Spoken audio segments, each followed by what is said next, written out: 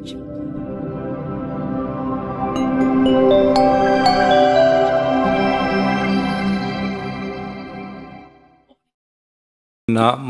tassa bhagavato arahato sama sambuddhassa. Namo tassa bhagavato arahato sama sambuddhassa. Namo tassa bhagavato arahato sama sambuddhassa. Puttasa lokadamehi citang yasa nakampati asokang wirajang kemang etang manggala mutamanti.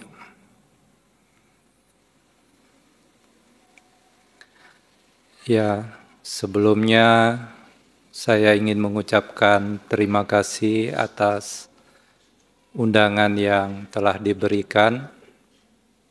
Pada kesempatan ini kita akan membahas tema Living Well in Turbulence Time. Sebelumnya saya ingin memulai menanyakan apa kabar semuanya. Berarti semuanya well semua ya.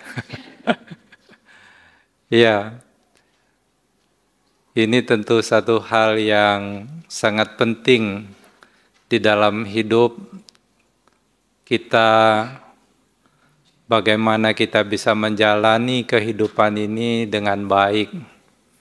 Dalam artian bagaimana hidup kita ini senantiasa bisa selalu bahagia.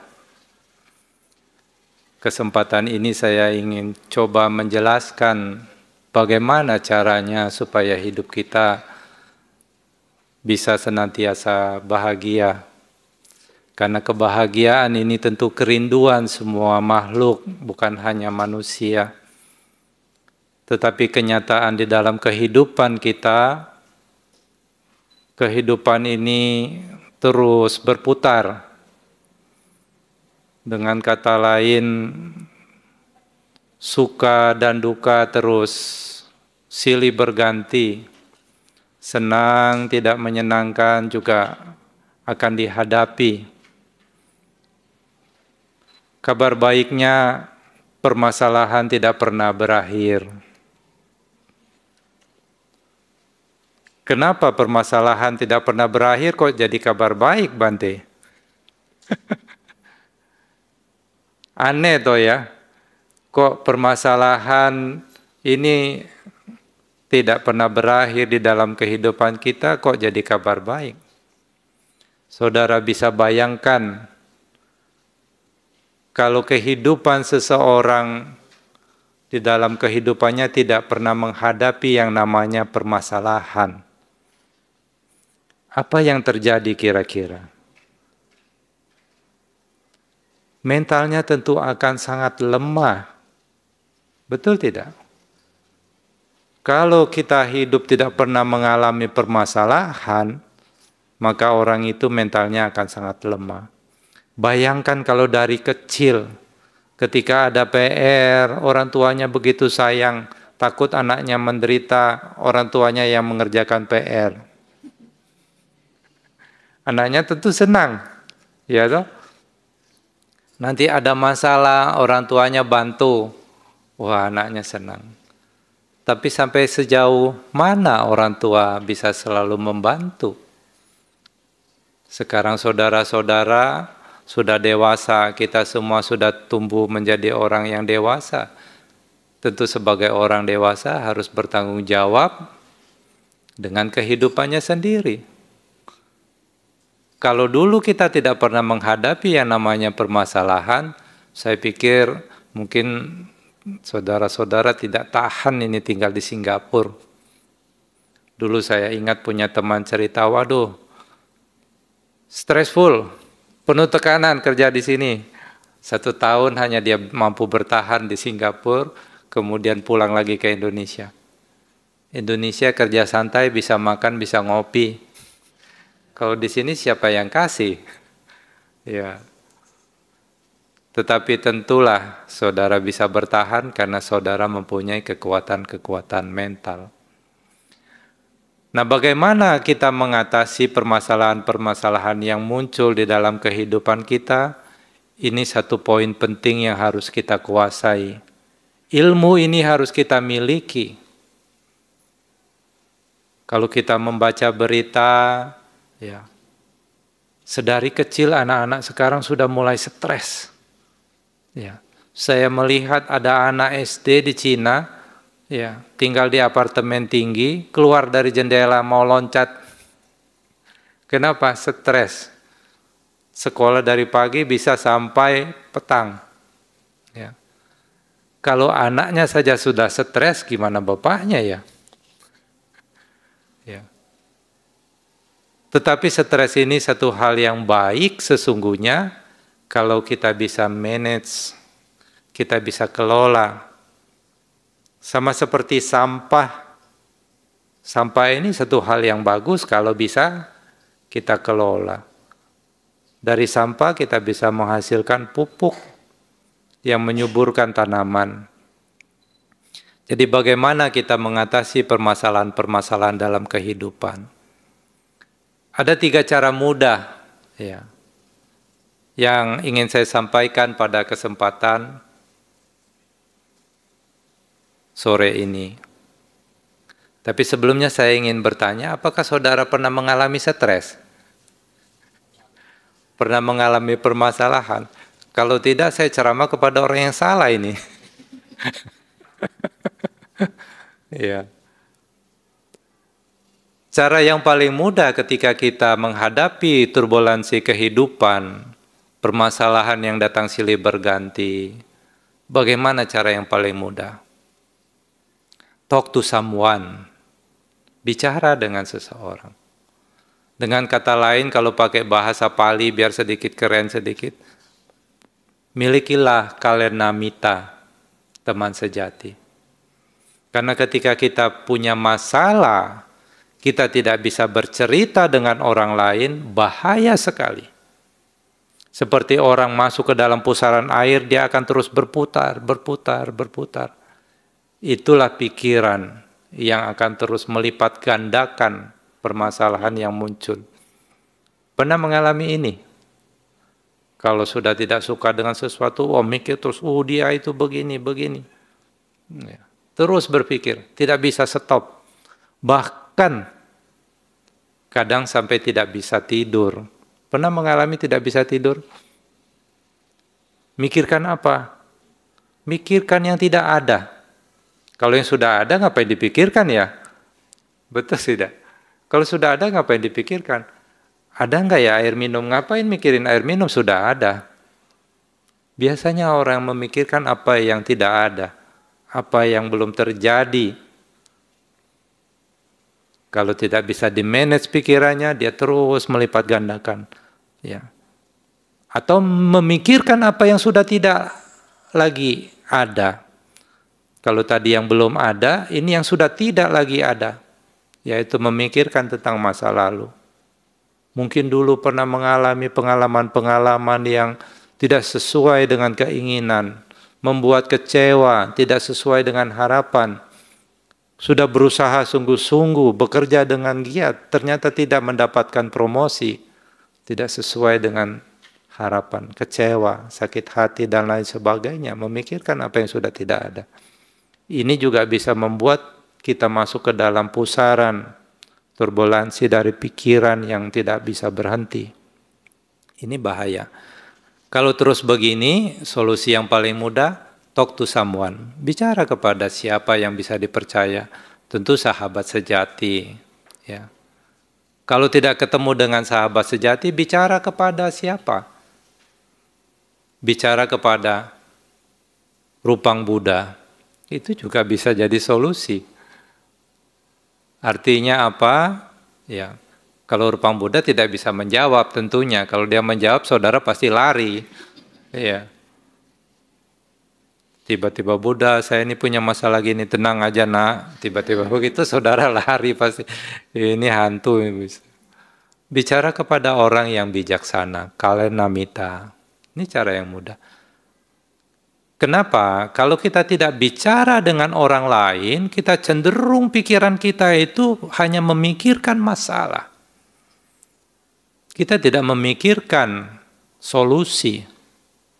Tapi kalau kita berbicara dengan orang lain, maka kita bisa mendapatkan sudut pandang yang lain. Nah, ini penting berbicara. Seperti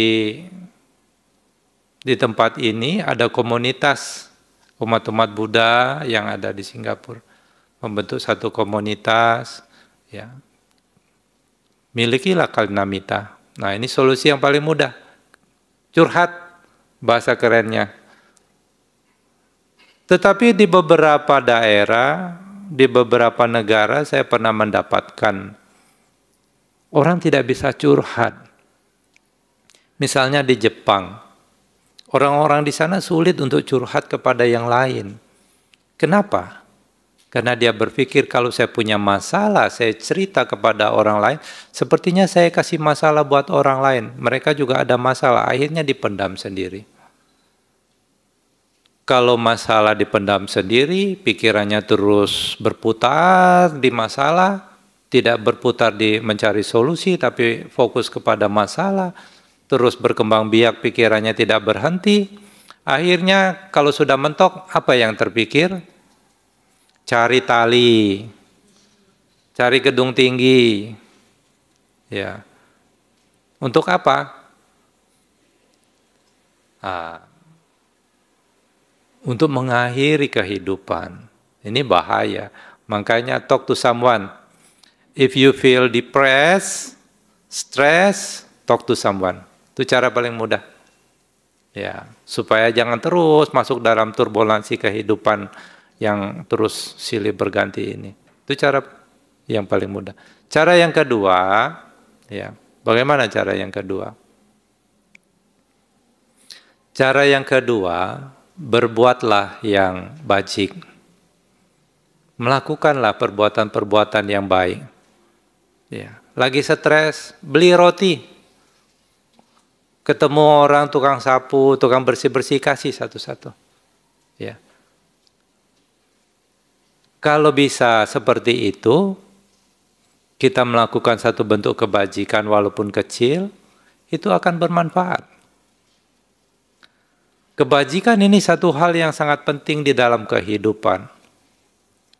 Kalau orang tidak tahu melakukan kebajikan, hidupnya hanya dipakai hanya untuk mengejar kesenangan, memuaskan kemauannya sendiri,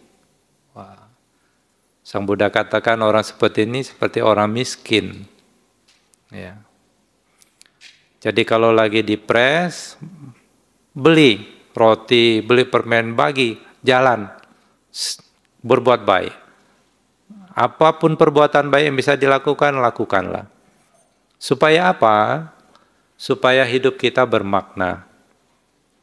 Karena kehidupan ini kalau tidak ada maknanya, duit banyak, rumah bagus, tapi di dalam hati rasanya kosong, hollow, maka terus masuk ke dalam yang namanya tidak ada arti kehidupan. Akhirnya apa? Ngapain hidup kalau begini tidak ada arti? Kembali, cari apa? Tali. Cari gedung tinggi. Kenapa? Tidak bisa menemukan makna di dalam kehidupan. Bagaimana supaya kehidupan Anda bermakna? Berbuat baik. Kepada siapa? Kepada orang yang ada di sekitar Anda. Kepada siapapun saudara bertemu. Kalau di rumah, kepada anak dan istri. Ya, kepada tetangga dan lain sebagainya. Jadi berbuat baik. Itu cara kedua yang mudah. Cara yang ketiga, kalau lagi stres, depres, take a rest. Take a rest. Bagaimana? Take a break sebentar. Bisa melakukan camping, hiking, ya, olahraga. Ini dinasihatkan oleh para psikolog untuk orang-orang yang stres. Jadi olahraga ini bisa menimbulkan hormon kebahagiaan. Kalau biasa olahraga pagi 1 kilo, kalau lagi stres jadikan dia 10 kilo. Ya kan? Kenapa? Biasanya kalau lagi nggak stres 1 kilo, ini pas stres 10 kilo. Kalau capek badan saudara terus tidur tidak? Tidur kan? Nah, tidur itu juga salah satu mengatasi stres. Tapi Bante kalau lagi stres susah tidur. Makanya lari pagi 10 kilo. Gitu. Habis lari pagi 10 kilo, karaoke lagi di rumah. Nyanyi sampai pegal. Nanti ngantuk, capek, tidur. Tidur, bangun, segar lagi. Tapi masalahnya masih ada, Bante. Bagaimana supayanya kita bisa betul-betul mengatasi permasalahan turbulensi kehidupan ini? Kita menggunakan Dhamma. Kalau kita hidup sebagai manusia, tapi tidak punya ilmu tentang kehidupan sebagai manusia, orang seperti ini hidupnya akan banyak menderita. Jadi kalau saudara hidup sebagai manusia, mau tidak mau belajarlah ilmu kehidupan sebagai manusia. Manual book kehidupan manusia ini dibaca. Kalau beli mesin, beli kipas angin saja ada manual booknya toh. Di dalam manual book itu apa yang ditulis? Apa yang boleh, apa yang tidak boleh, kan dijelaskan. Ini tegangan listriknya 220, saudara masukkan 110, jebol, walaupun mesinnya baru. Jadi kalau beli barang, beli mesin atau apa, mesin cuci misalnya, baca dulu manual booknya. Apa yang boleh dan apa yang tidak boleh. Kalau kehidupan kita mau bahagia, baca manual book kehidupan, yaitu belajar Dhamma. Karena tujuan Buddha mengajarkan Dhamma tidak lain agar manusia itu hidupnya bahagia. Bukan supaya umat Buddha banyak. Bukan. Jadi Buddha tidak berpikir mengajarkan Dhamma supaya nanti banyak pengikutku. Kalau sudah banyak mau apa? Banyak juga kalau menderita semua, bukan untuk apa. Jadi Buddha mengajarkan Dhamma karena belas kasih dan kasih sayang yang begitu besar. Buddha melihat manusia ini seharusnya tidak menderita kalau saja dia mengerti. Tapi kalau dia tidak mengerti, ya jadi menderita. Karena kasih sayang, cinta kasih dan kasih sayang yang begitu besar, maha karuna, maka Buddha mengajarkan Dhamma kepada kita. Beruntunglah kita yang hadir di tempat ini, kita yang mengerti Dhamma, kita yang meyakini Dhamma sebagai jalan keluar untuk bisa membebaskan kita dari permasalahan kehidupan ini, yaitu penderitaan. Kita beruntung. Itu. Jadi bagaimana caranya supaya kita tidak lagi terpengaruh dengan turbulensi kehidupan yang terus berputar. Hidup ini kan terus spinning, berputar terus. Susah senang, suka duka, dipuji dicela, untung rugi. Dialami. Oleh siapa? Hanya umat Buddha? Tentu tidak. Dialami oleh siapapun. Jadi solusinya bagaimana supaya kita tidak lagi terus menderita di dalam perubahan yang terjadi, untung rugi, dipuji dan dicela. Ya, bagaimana caranya? Belajar untuk melihat sifat dari apapun yang ada di dunia ini. Ya. Ini yang kita harus ketahui. Kalau kita sudah tahu sifat, misalnya lah, kita sudah tahu sifat seseorang seperti itu. Dia memang begitu. Kita bisa menerima tidak? Kalau kita sudah tahu, sifat dia memang begitu. Anjing itu emang ekornya melengkung. Terus kita nggak suka dengan ekor anjing yang melengkung. Kita mau luruskan. Capek. Kita luruskan sedikit, sebentar, dia melengkung lagi begitu dilepas.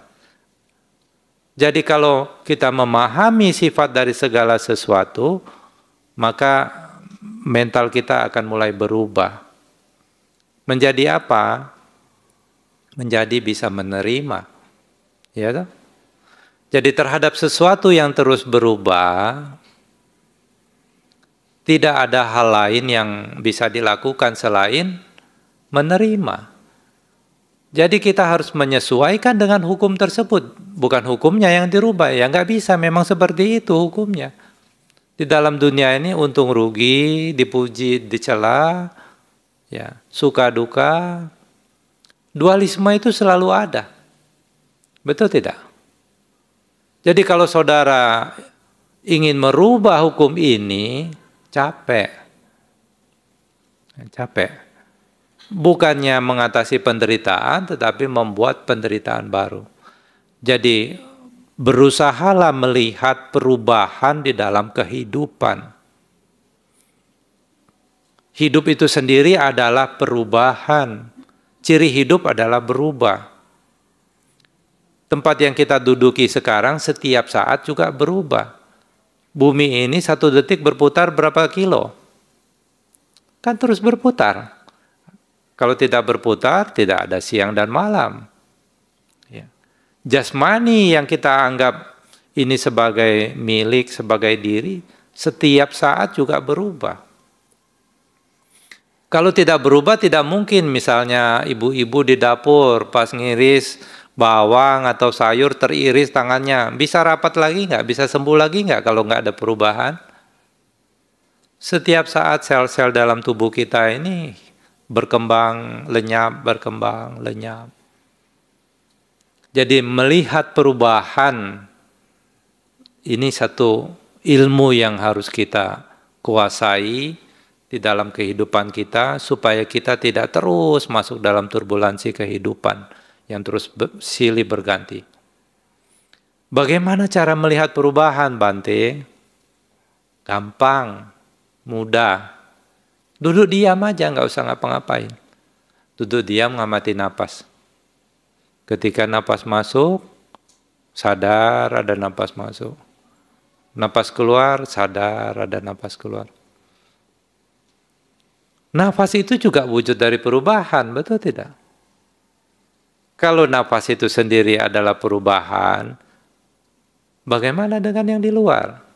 Tentu juga berubah. Perubahan ini ada yang cepat, ada yang lambat. Gitu.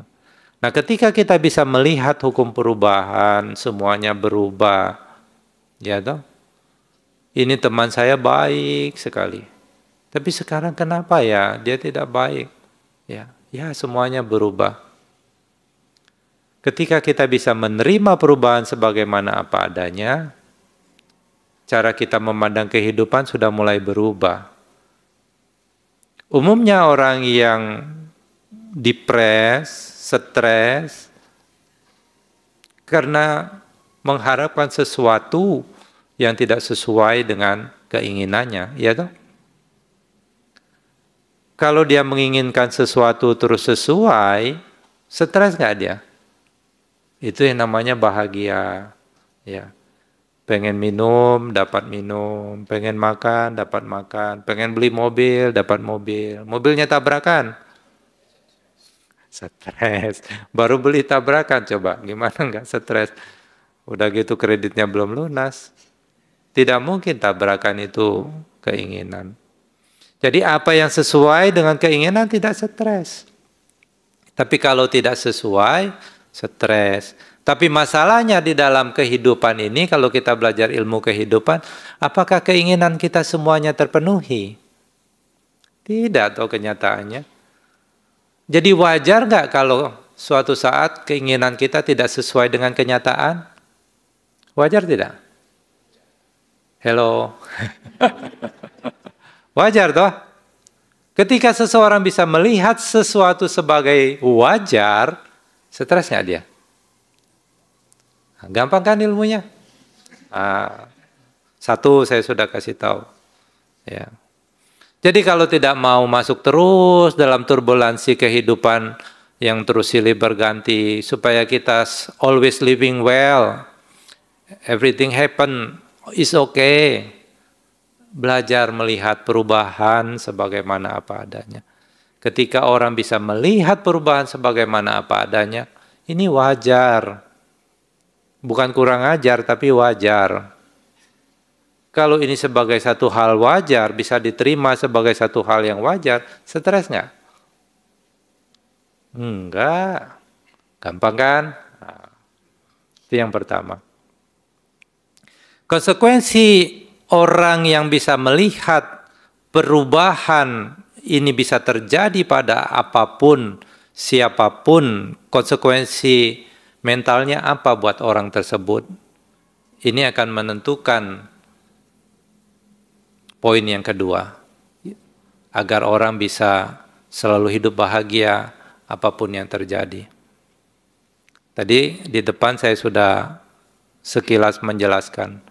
Kalau keinginan tercapai, bahagia tidak? Kalau tidak tercapai, tidak. Jadi yang membuat kita bahagia, keinginan atau bukan? Yang membuat kita bahagia, keinginan, Bante. Itu.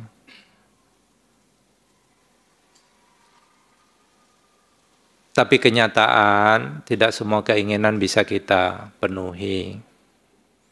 Kalau hidup kita hanya gunakan untuk memuaskan keinginan kita, Sang Buddha katakan, walaupun seseorang diberikan gunung yang terbuat dari emas, ya, bahkan bukan cuma 1, 2 gunung dari emas, tidak akan cukup untuk memuaskan keinginan manusia. Ada salah satu khotbah yang sangat bagus di dalam Majjhima Nikaya, Ratapala Sutta. Ratapala ini anak orang kaya, putra tunggal, kaya dari pihak ibu, kaya dari pihak ayah.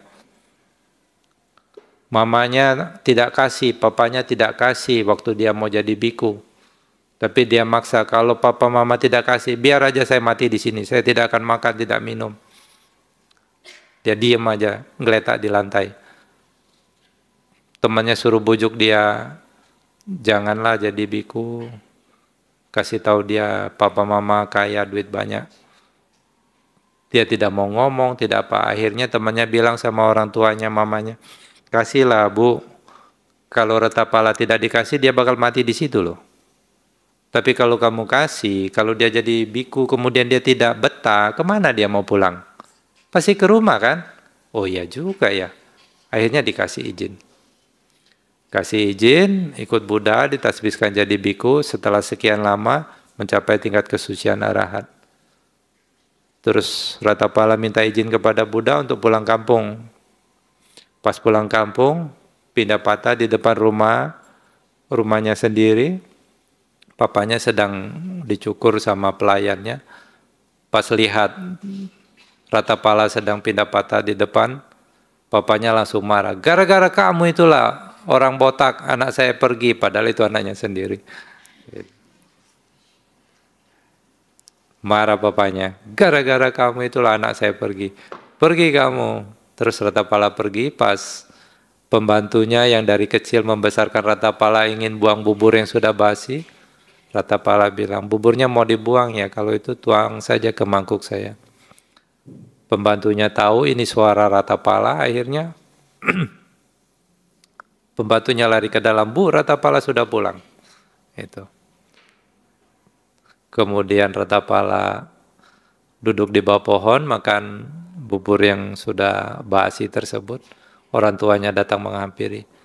Kenapa makan seperti itu? Ayo pulang ke rumah. Saya sudah dapat makanan saya hari ini. Jadi besoknya diundang oleh orang tuanya. Cerita lebih lanjut, baca sendiri. Ini kelebihan umat Buddha di Indonesia. Saya tidak tahu kalau di sini ya. Kalau kelebihan umat Buddha di Indonesia jarang baca kitab suci. Ya. Ya. Jadi baca sendiri. Di dalam Ratapala Sutta itu Ratapala menceritakan bahwa manusia ini sebagian besar mati dengan rencana yang tidak pernah selesai. Masih saja ada yang kurang. Jadi ketika seseorang bisa melihat perubahan sebagai hal yang wajar, apapun yang sifatnya berubah, memuaskan atau tidak memuaskan? Tidak memuaskan. Ketika orang mengerti ini, kesenangan, kegembiraan dari keinginan yang terpenuhi itu juga sebetulnya tidak memuaskan. Ya toh? Saudara ingin punya mobil, apalagi mobilnya mahal. Saudara khawatir nggak mobilnya kalau diapa-apain orang? Kalau parkir nanti dibaret sama orang, sama paku misalnya, khawatir tidak? Jadi kesenangan dan kegembiraan yang diperoleh dari keinginan yang tercapai, bagi orang yang bisa melihat perubahan, ini juga tidak memuaskan. Contoh yang jelas lah, waktu saudara ngejar-ngejar calon istri saudara, wah cantik sekali, bagus sekali. 1 tahun, 2 tahun pertama seperti di surga kan? Tahun ketiga sudah punya anak, pusing mulai kan? Istri cerewet, banyak nuntut, lebih pusing tidak? Ya. Apapun yang menyenangkan, kalau berubah, ujung-ujungnya akan menjadi tidak memuaskan.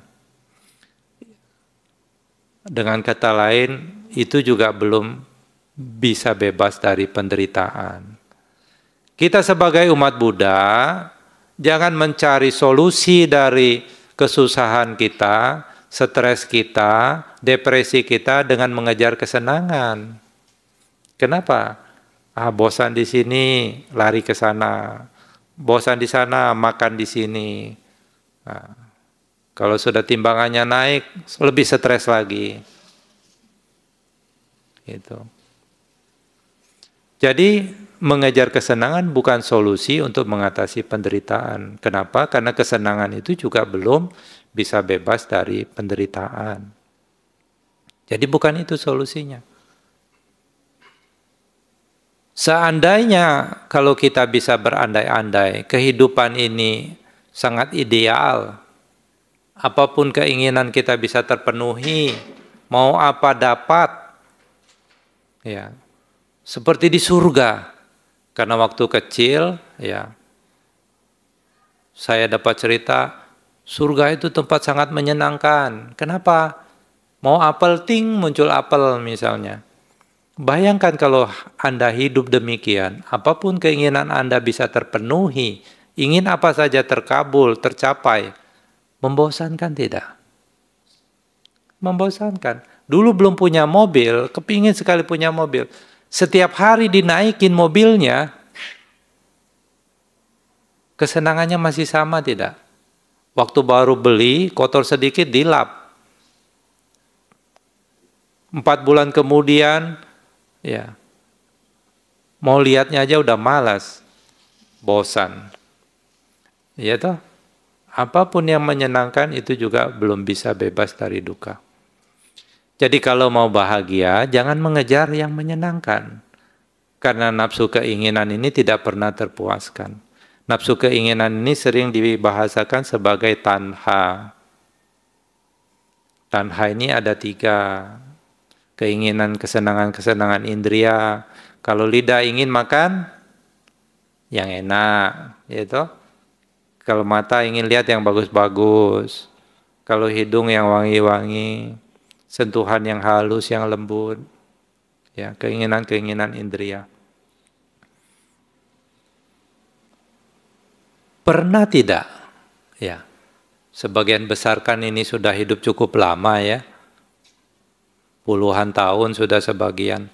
Pernah tidak mengalami yang namanya kesenangan lidah, makanan yang enak sekali, sampai tidak mau lagi makanan yang lain. Wah ini enak sekali, mie ini enak sekali. Gitu. Yang betul-betul memuaskan sampai tidak mau lagi yang lain. Misalnya istrinya masakan mie misalnya, wah ini mie-nya enak sekali, Ma. Ya. Mama luar biasa, pintar sekali masaknya. Besok dimasakin lagi mie yang sama. Gitu. Masak apa, Ma? Masak mie kesukaan Papa. 3 hari berturut-turut masaknya mie lagi. Gitu. Masak apa, Ma? Mie. Hah? Mie lagi. Gitu. Padahal bumbunya sama dengan yang pertama. Tadi yang pertama makan mie pertama kali, wah luar biasa menyenangkan, enak sekali. Tapi kalau 3 hari berturut-turut istrinya masak mie, makannya di luar. Udah makan mah hari ini? Nah, jadi tidak ada kesenangan apapun itu yang betul-betul memuaskan. Apapun bentuk kesenangan pada akhirnya membosankan. Jadi belajar melihat ini, maka otomatis konsekuensi logis dari orang yang bisa melihat perubahan, apa? Kemelekatannya berkurang. Ketika kemelekatannya berkurang, nafsu keinginannya juga berkurang. Orang tidak mungkin menginginkan sesuatu yang dia tidak lekati. Ya, nafsu keinginannya juga berkurang. Tanhanya berkurang. Kalau tanhanya berkurang, tentu kebahagiaannya bertambah. Nah, ini cara yang kedua. Supaya apa? Supaya hidup kita bahagia. Apapun yang terjadi bahagia.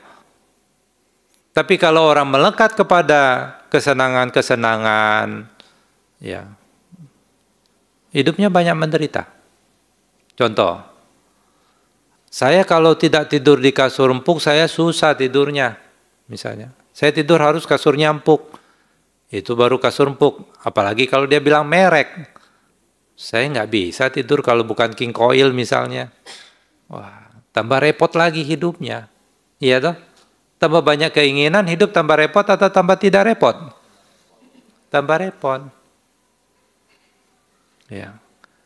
Jadi kalau kita mengetahui ini, maka pelan-pelan mulailah kita menyeleksi keinginan-keinginan kita.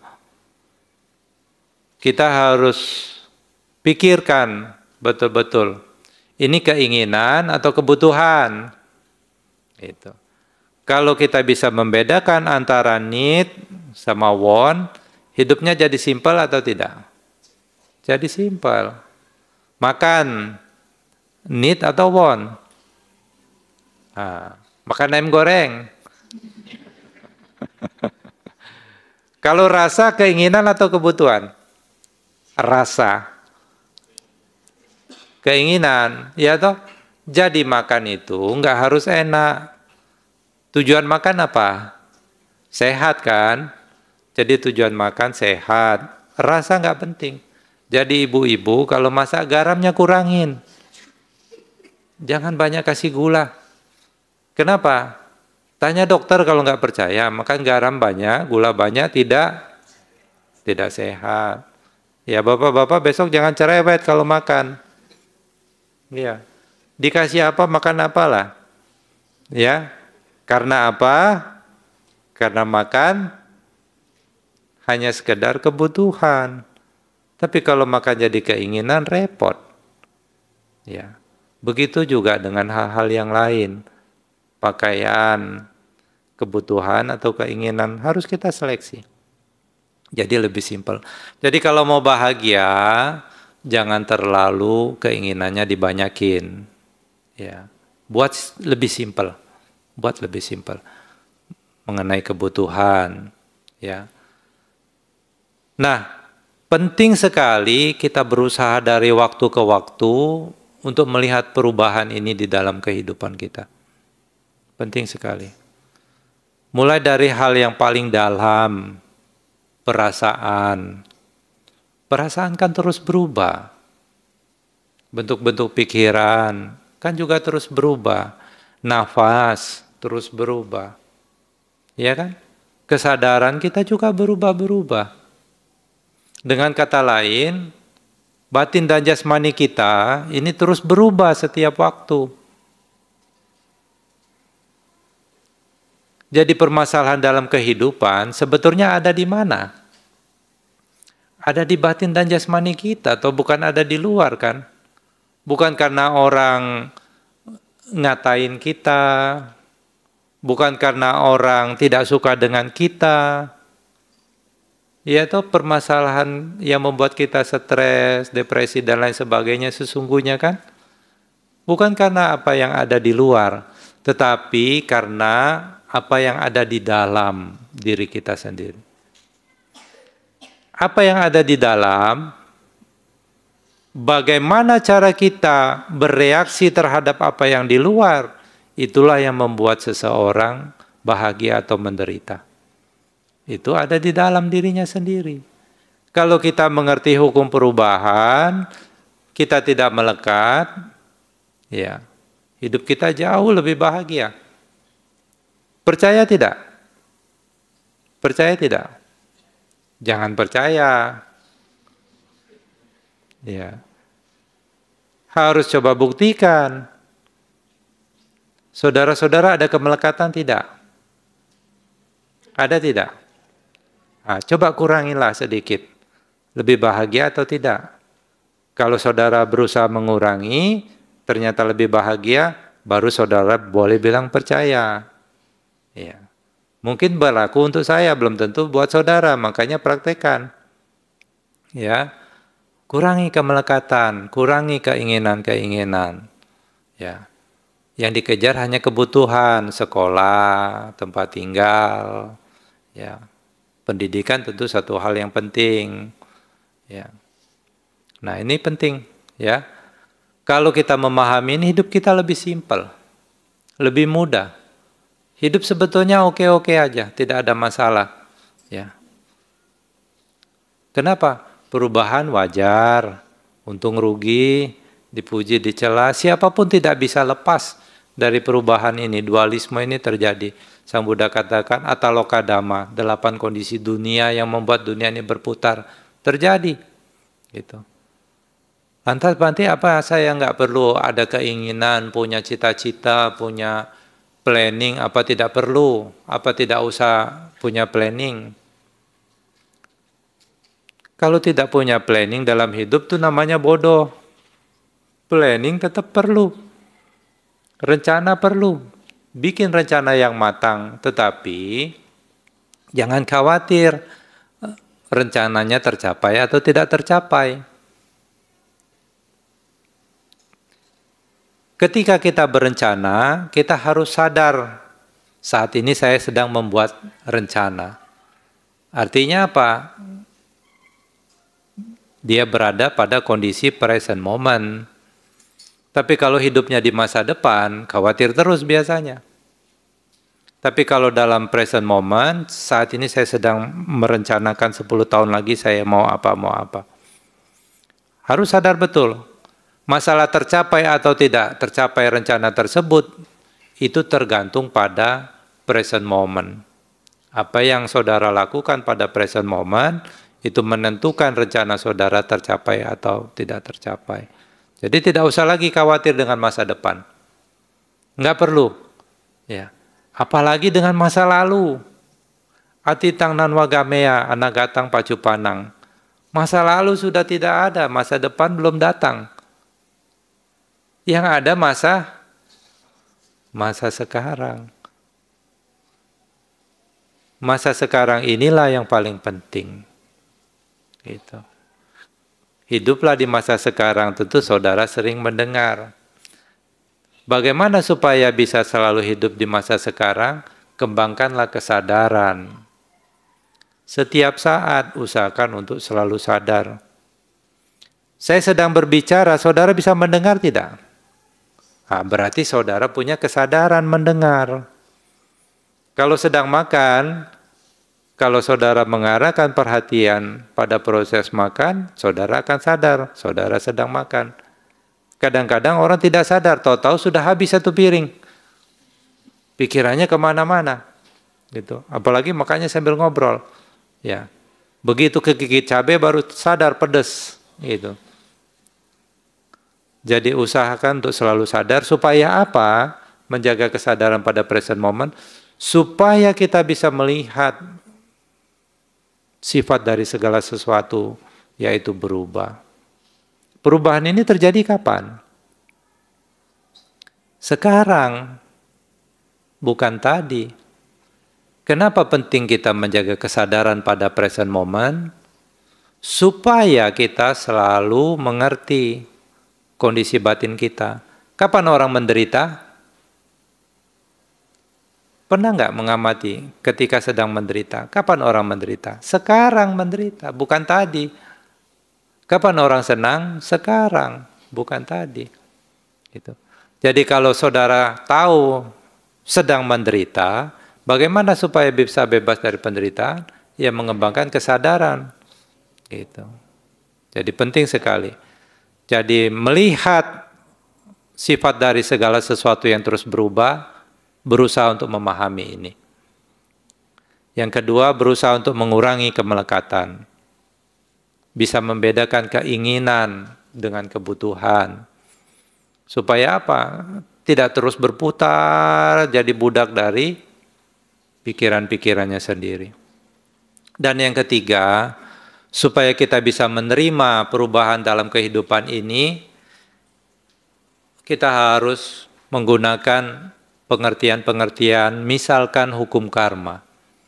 Karma dan karma wipaka. Karma itu artinya perbuatan. Karma wipaka itu artinya buah dari perbuatan. Setiap perbuatan ada konsekuensinya. Setiap cause pasti ada efeknya. Ya. Ketika tangan saya bertemu, efeknya apa? Bunyi, suara. Ya. Jadi apapun yang terjadi pada diri kita itu karena ada sebabnya. Apapun yang terjadi pada diri kita itu akibat. Sebabnya tentu siapa yang buat? Kita sendiri. Kalau kita mengerti hukum sebab dan akibat, kita tidak menyalahkan orang lain. Ya. Sesuatu yang tidak menyenangkan terjadi ketika kita bisa menggunakan hukum karma ini. Oh, ini akibat dari perbuatan saya sendiri.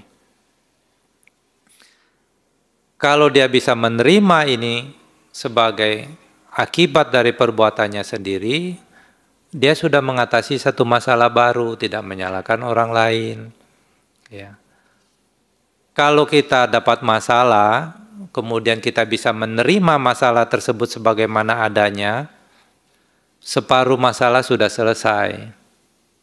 Ya.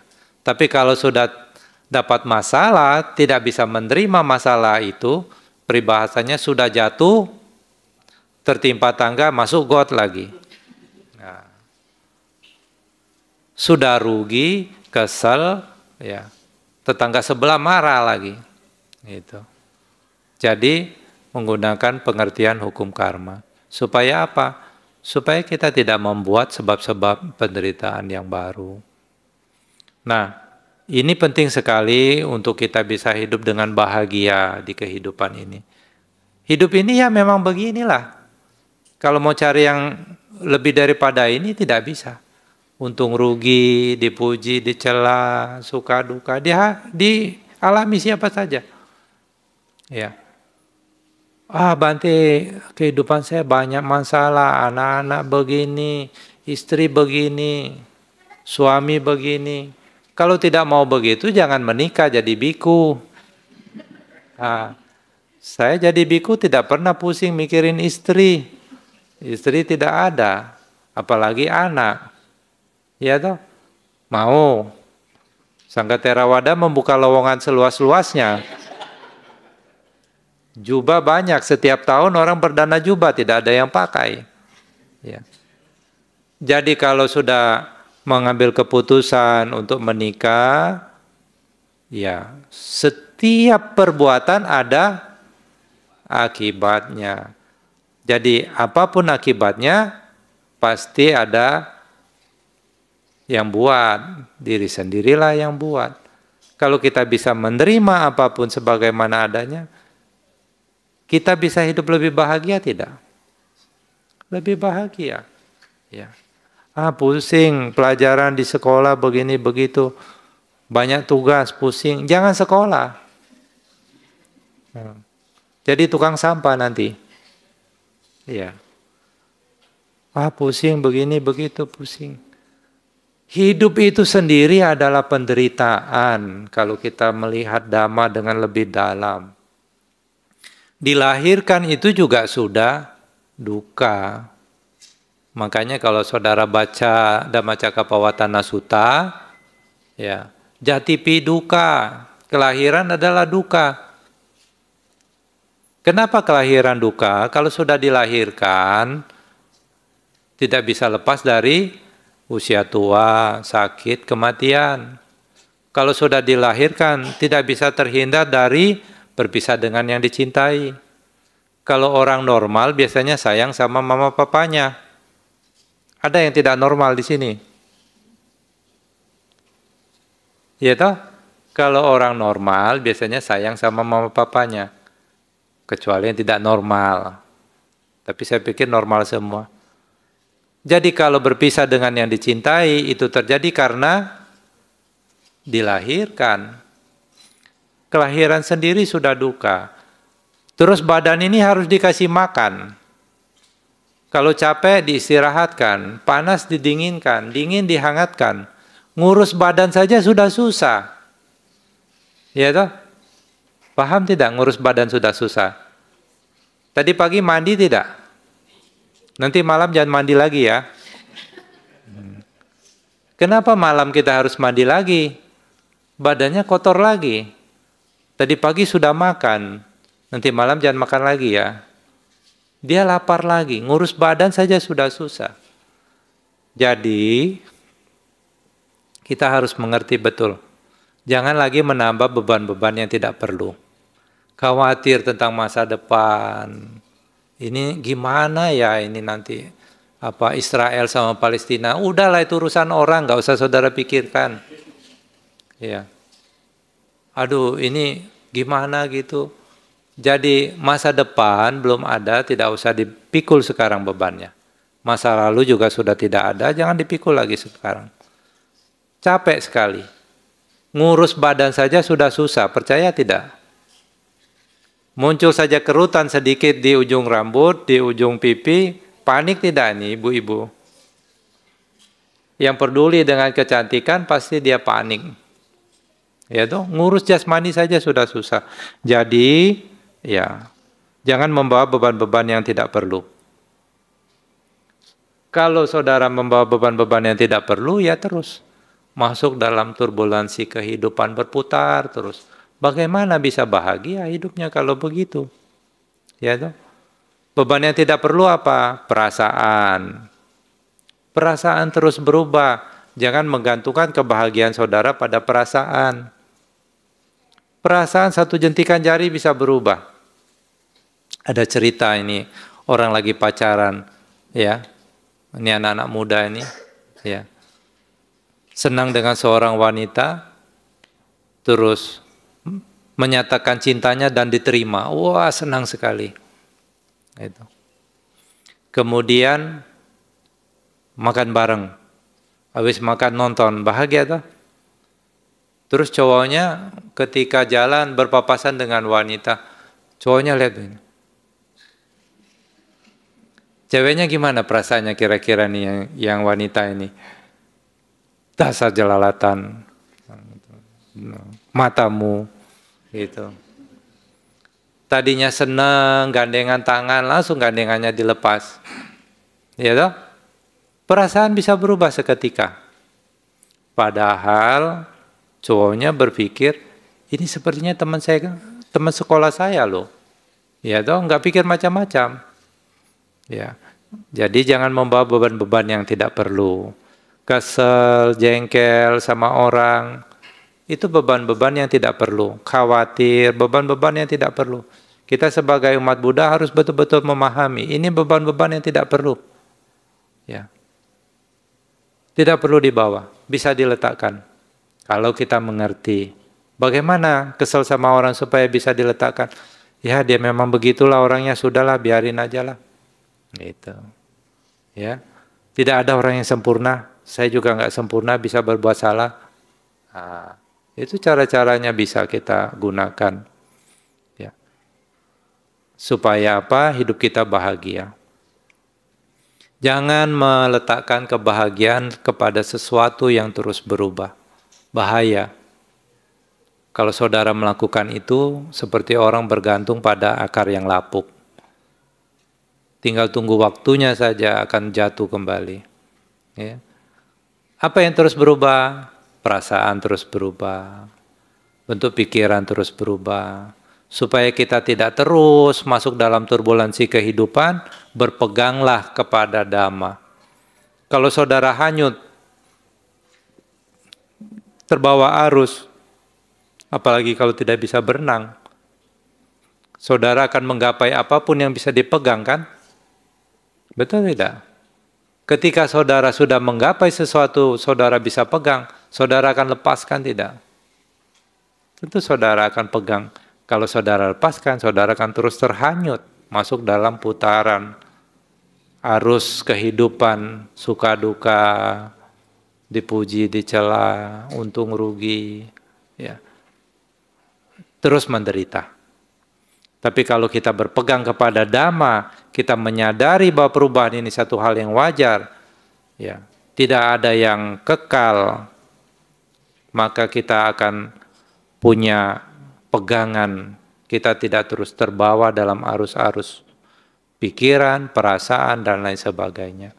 Inilah jalan keluar untuk bisa terbebas dari turbulensi kehidupan. Kalau kita sudah tidak lagi tergoda, tidak lagi terganggu oleh hal-hal yang demikian, inilah kedamaian. Inilah tujuan kita sebagai umat Buddha, mencapai kedamaian, kebahagiaan tertinggi. Di kehidupan sekarang kita bahagia, damai.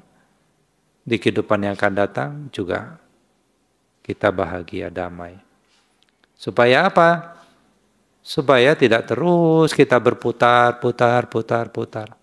Gitu. Mengejar keinginan, keinginannya didapat. Senang sebentar, bosan lagi. Kejar lagi yang baru, tidak dapat, sedih. Semakin besar keinginannya, kalau tidak dapat, semakin besar kesedihannya. Kalau dapat, semakin besar keinginannya. Kalau dapat, semakin besar juga kesenangannya. Tetapi kan terus berubah.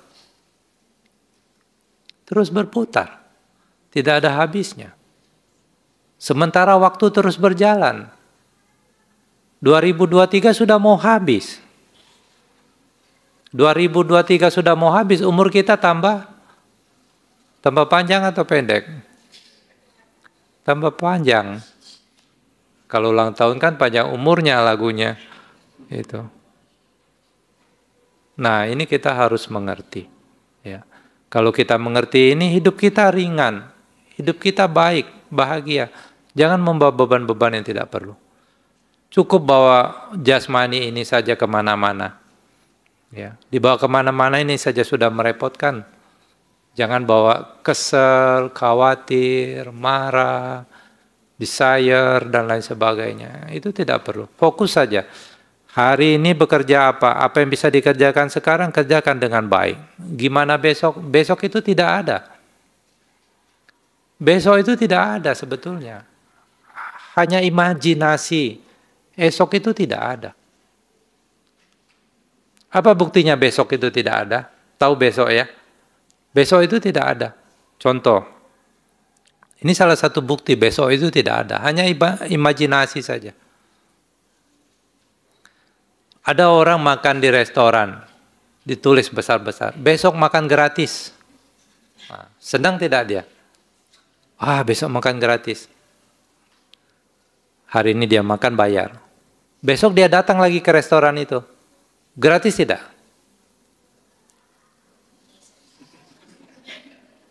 Gratis tidak? Bayar kan? Kenapa? Besok makan gratis. Ada nggak besok itu? Besok itu tidak ada. Besok itu sekarang yang kita kerjakan dengan sungguh-sungguh. Sekarang kita kerjakan dengan baik. Ini saya lihat ada anak-anak muda yang sedang sekolah, sedang belajar. Belajar dengan sungguh-sungguh, belajar dengan baik. Maka apa yang kita kerjakan sekarang, ini akan menentukan besok seperti apa. Besoknya sendiri nggak ada. Besok makan gratis. Ya, kalau buka makanan, restoran, besok makan gratis. Orang datang, banyak. Besok datang. Hari ini gratis ya? Enggak, besok makan gratis. Gitu. Ada nggak besok? Besok nggak ada. Itu. Ya toh? Atau nanti makan gratis. Nanti itu tidak ada juga. Kalau besok kan lebih jauh, lebih dekatnya nanti. Itu. Jadi selalu kita berusaha menjaga kesadaran kita pada present moment. Caranya bagaimana? Ya mengembangkan kesadaran, ya meditasi. Penting sekali meditasi. Meditasi, tidak ada waktu, Bante, saya sibuk sekali kerja. Ya. Pada saat duduk di MRT bisa mengamati napas, menjaga kesadaran pada present moment, itu juga meditasi. Ya. Belum tentu duduk begini disebut meditasi.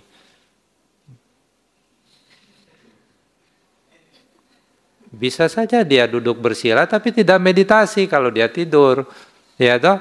Jadi meditasi harus ada kesadaran. Harus ada objek yang disadari.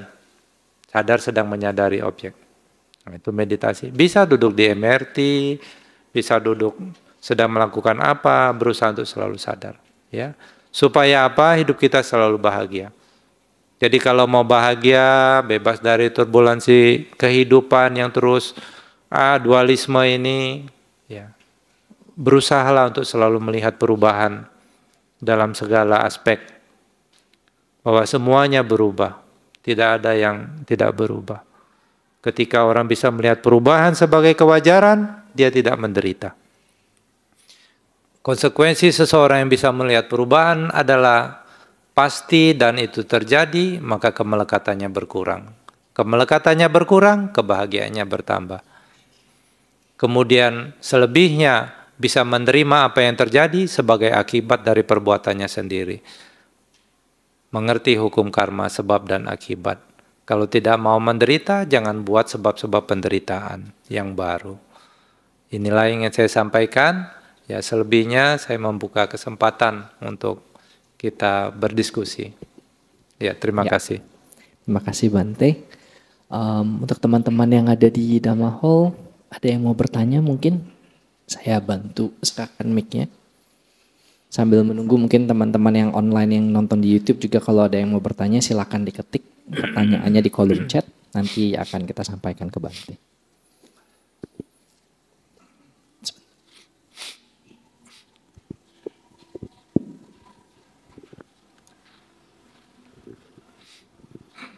Tes. Ya. Selamat siang Bante. Ya, Namo Buddhaya. Terima kasih Bante. Nama saya Kadiam, asal dari Surabaya.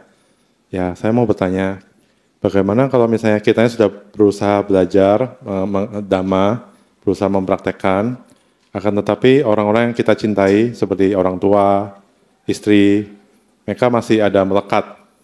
Jadi supaya untuk bisa membuktikan cinta kepada mereka, kayak berbakti pada orang tua atau mencintai pasangan hidup, kita juga harus berusaha untuk melekat. Maksudnya kayak melekat, mereka maunya mau rumah lebih bagus, maunya jalan-jalan kemana-mana setiap tahun. Nah, itu bagaimana Bante?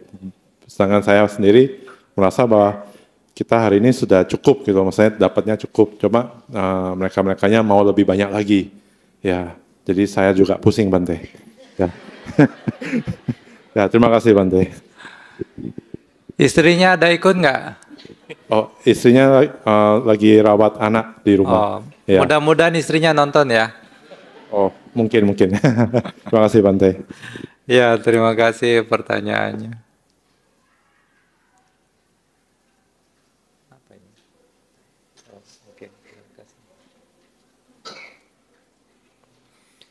Tentu orang-orang di sekitar kita, mereka semua punya keinginan masing-masing. Kalau berbicara masalah kemelekatan, kita tidak bisa mengikis kemelekatan orang lain. Yang bisa kita lakukan hanya mengikis kemelekatan kita sendiri. Orang di sekitar kita tidak bisa. Terus orang di sekitar kita ingin jalan-jalan, ingin punya ini, punya itu, rumah baru ini. Bagaimana? Selama kita mampu, ya silakan saja. Membahagiakan orang itu juga satu bentuk kebajikan. Tetapi menyadarkan orang tentang Dhamma, ini satu hal yang lebih mulia dibanding kita memberikan dunia dengan seisinya. Kalau kita mampu memberikan dunia dengan segala isinya kepada orang-orang yang kita cintai, itu hanya bermanfaat di kehidupan ini saja. Iya toh? Tapi kalau kita bisa mengajarkan dhamma kepada mereka, maka pengertian yang dimilikinya ini akan bermanfaat untuk dirinya sendiri maupun orang lain, baik di dunia ini maupun di kehidupan yang akan datang. Tetapi masalahnya, tidak semua orang cocok untuk dengan dhamma ini. Enggak semua orang juga mampu memahami dhamma ini. Kita harus melihat juga kapasitas orang tersebut sampai di mana. Kalau kapasitasnya cuma 1 liter, kita paksakan masuk 2 liter, 1 liternya terbuang. Itu. Jadi kita lihat saja. Dan bagaimana cara mengajarkan dhamma yang paling baik? Bukan dengan banyak ceramah. Ya. Apalagi orang tua mengajarkan kepada anak-anaknya. Kalau orang tua banyak ngomong, nanti dibilang cerewet. Ya toh? Bagaimana cara yang terbaik? Memberikan contoh. Ya. Memberikan contoh. Itu. Sesekali mungkin diajak melihat orang lain yang susah, kemudian kita berbuat baik bersama-sama. Ini juga akan memberikan kegembiraan sesungguhnya. Kegembiraan dan kebahagiaan ini bisa diperoleh melalui 3 cara.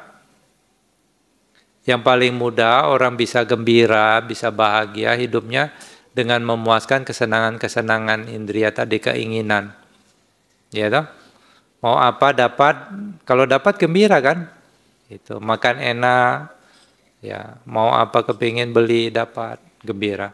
Itu cara yang paling mudah dan paling basic. Yang lebih tinggi, orang bisa bahagia dan gembira dengan berbagi, berdana.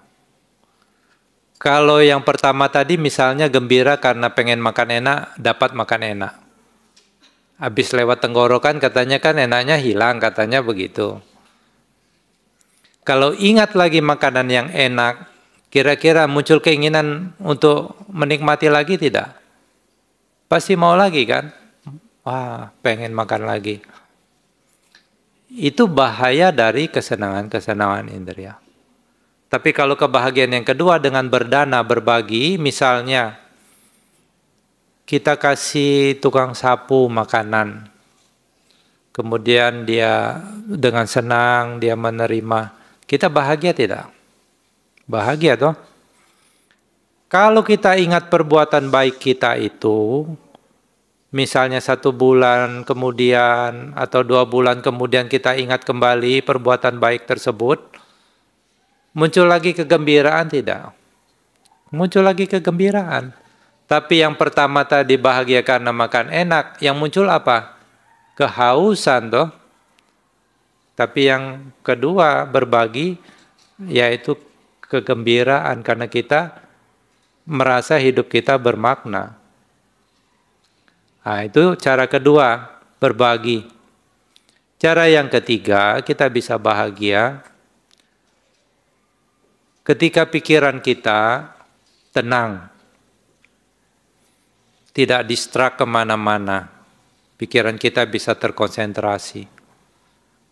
Nah, ketika pikiran kita tenang, tidak khawatir dengan masa lalu, tidak khawatir dengan masa depan, kita bisa berfokus di satu objek, di satu momen, pikiran kita tenang.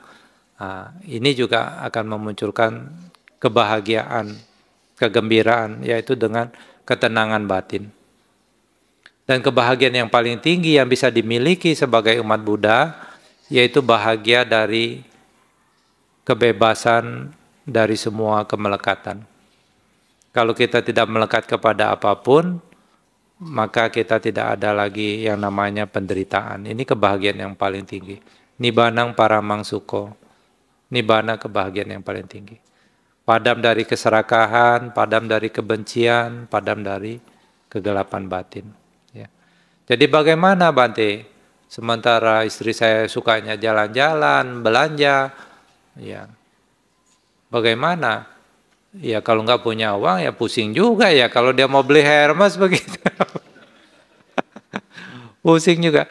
Ma, aku ini susah loh ma, tolonglah. Katanya cinta kok begitu. Nah, kasih tahu baik-baik, ngomong baik-baik, komunikasi, gitu. Ya, paling itu. Ya, terima kasih.